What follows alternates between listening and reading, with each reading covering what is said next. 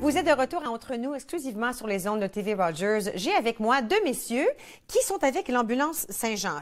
Louis-Philippe Champagne, vous êtes bénévole, et Philippe I. Blin, vous êtes directeur des comptes nationaux. Bienvenue, on s'est déjà vu auparavant. Merci. Bon, écoutez, parlons un tout petit peu de l'historique de l'ambulance Saint-Jean, à savoir là, que c'est pas juste l'ambulance qui se promène dans les rues, il y a plein d'autres choses qui se passent. C'est même plus du tout l'ambulance. Il n'y a pas de service d'ambulance quelconque. C'est à notre origine, donc d'où le nom. Mais en fait, en réalité, c'est une organisation à but non lucratif qui donne des soins de formation. Donc, on prend surtout des soins de formation de premiers soins. On a parlé la dernière fois des soins de premiers soins en santé mentale qu'on vient juste de lancer.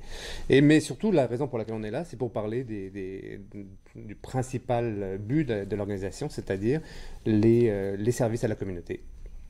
Et entre autres, donc on fait des services aux personnes âgées, on a des programmes pour les jeunes, on a aussi des programmes de soins de thérapie thérapie canine, donc avec les chiens, dans des différents hospitaux et autres, et aussi donc des soins de premiers répondants, que mon ami ici, Louis-Philippe, participe activement. D'accord. Alors, bénévole, qu'est-ce qui t'a donné le goût d'être ça, de devenir bénévole pour l'ambulance? C'est une bonne question. Je pense que comme beaucoup de mes collègues, d'abord et avant tout, on voulait donner un coup de main dans notre communauté, être utile, faire une différence. Puis j'ai décidé de m'impliquer avec l'ambulance Saint-Jean il y a un petit peu plus de 2 ans maintenant, parce que c'est un créneau qui m'intéressait, l'aspect premiers soins, l'aspect médical, et naturellement là, de pouvoir venir aux besoins dans des situations plus urgentes.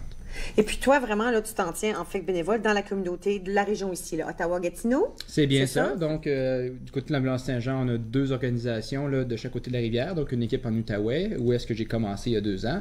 Une équipe ici à Ottawa, qu'on appelle le district fédéral, où est-ce que je suis présentement.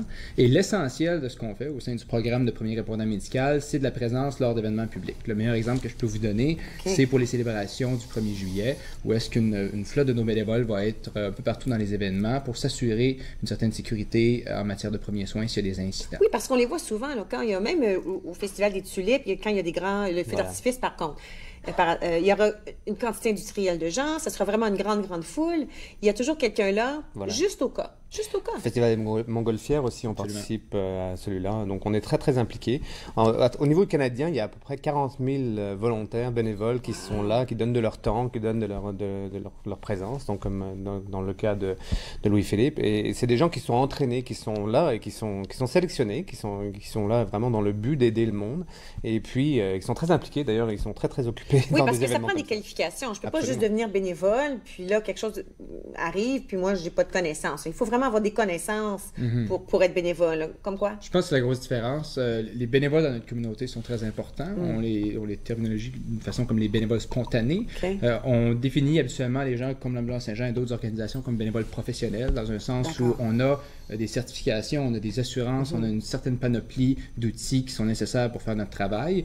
Entre autres, lorsqu'un bénévole va entrer avec l'Ambulance Saint-Jean, il y a une série de formations qu'il va prendre au départ pour s'assurer d'avoir les formations de base en matière de premiers soins, mais ensuite une formation plus avancée comme premier répondant pour pouvoir être autonome sur le terrain.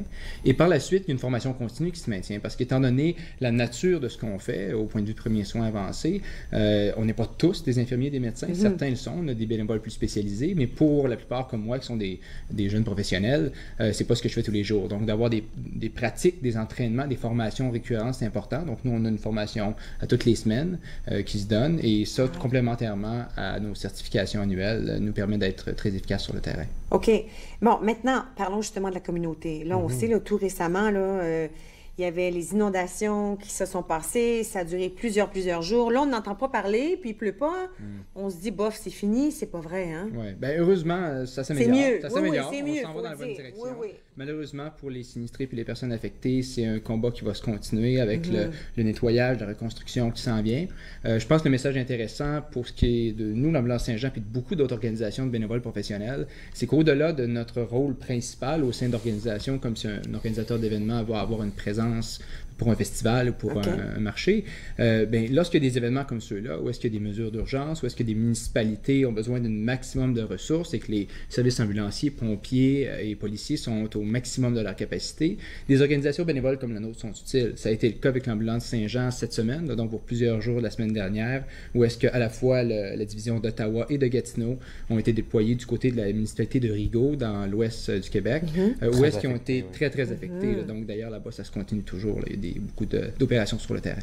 Et puis, qu'est-ce qu'on fait? Les gens à la maison veulent savoir, là, toi en particulier, à quoi tu t'es attardé là, dans ton travail de bénévolat?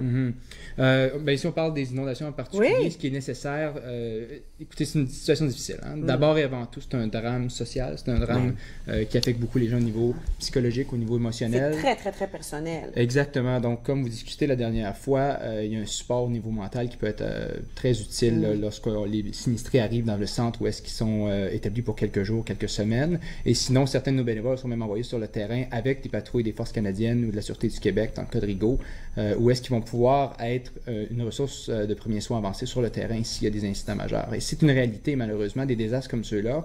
Une inondation est un bel exemple, que ce soit des feux de forêt, que ce soit des crises du verglas, peuvent avoir des incidences médicales importantes. Wow. Et pour terminer la réponse, simplement, les gens qui veulent s'impliquer, ils peuvent tout à fait faire le même effort qu'a fait Louis-Philippe, c'est-à-dire aller voir sur le site web asj.ca et à ce moment-là, savoir, il y a toute l'information là-dessus, à savoir comment devenir bénévole. Les donations sont bien évidemment les bienvenues. Nous sommes une organisation à but non lucratif, non supportée par le gouvernement, donc toute donation de gens qui sont intéressés à supporter les efforts de Louis-Philippe et de ses amis sur le terrain, dans leur communauté, sont évidemment les bienvenus. Bon, écoutez, merci beaucoup d'avoir parlé avec nous. Le site web asj.ca, allez voir le site web. Peut-être que ça vous tente de devenir bénévole, vous allez pouvoir voir le comment et voir qu'est-ce qu'on peut faire pour aider notre communauté. Merci beaucoup, messieurs. À notre tour, nous allons discuter de livres pour préadolescents écrits par une femme de la région. Vous regardez Entre nous sur les ondes de TV Rogers.